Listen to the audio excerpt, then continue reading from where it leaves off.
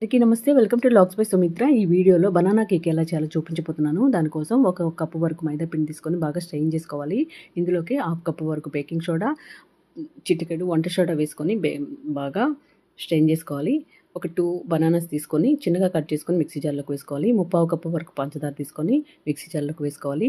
2 eggs తీసుకున్నాను. ఎగ్స్ని కూడా కొట్టుకొని మిక్సీ జార్లోకి వేసుకోవాలి. ఈ మిశ్రమాన్ని మొత్తం బాగా బ్లెండ్ చేసుకొని పెట్టుకోవాలి. మనం ముందుగా స్ట్రెయిన్ చేసి పెట్టుకున్న మైదా పిండిలోకి ఈ మిశ్రమాన్ని వేసుకొని మొత్తం అంతా కలిసే విధంగా ఒకటే డైరెక్షన్లో కలుపుకోవాలి. ఇందులోకి వెనిలా ఎసెన్స్ వేసుకోవాలి. 4-5 డ్రాప్ల వరకు, చుక్కల వరకు వేసుకోవాలన్నమాట.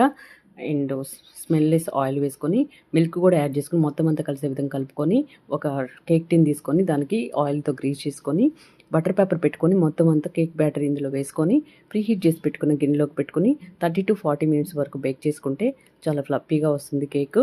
అదే అవెన్లో అయితే 180 degrees మీద 30 to 40 minutes పాటు బేక్ చేసుకుంటే చాలా ఫ్లఫీగా వస్తుంది. మీరు ట్రై చేసి ఎలా వచ్చిందో కామెంట్ సెక్షన్లో తెలియజేయండి.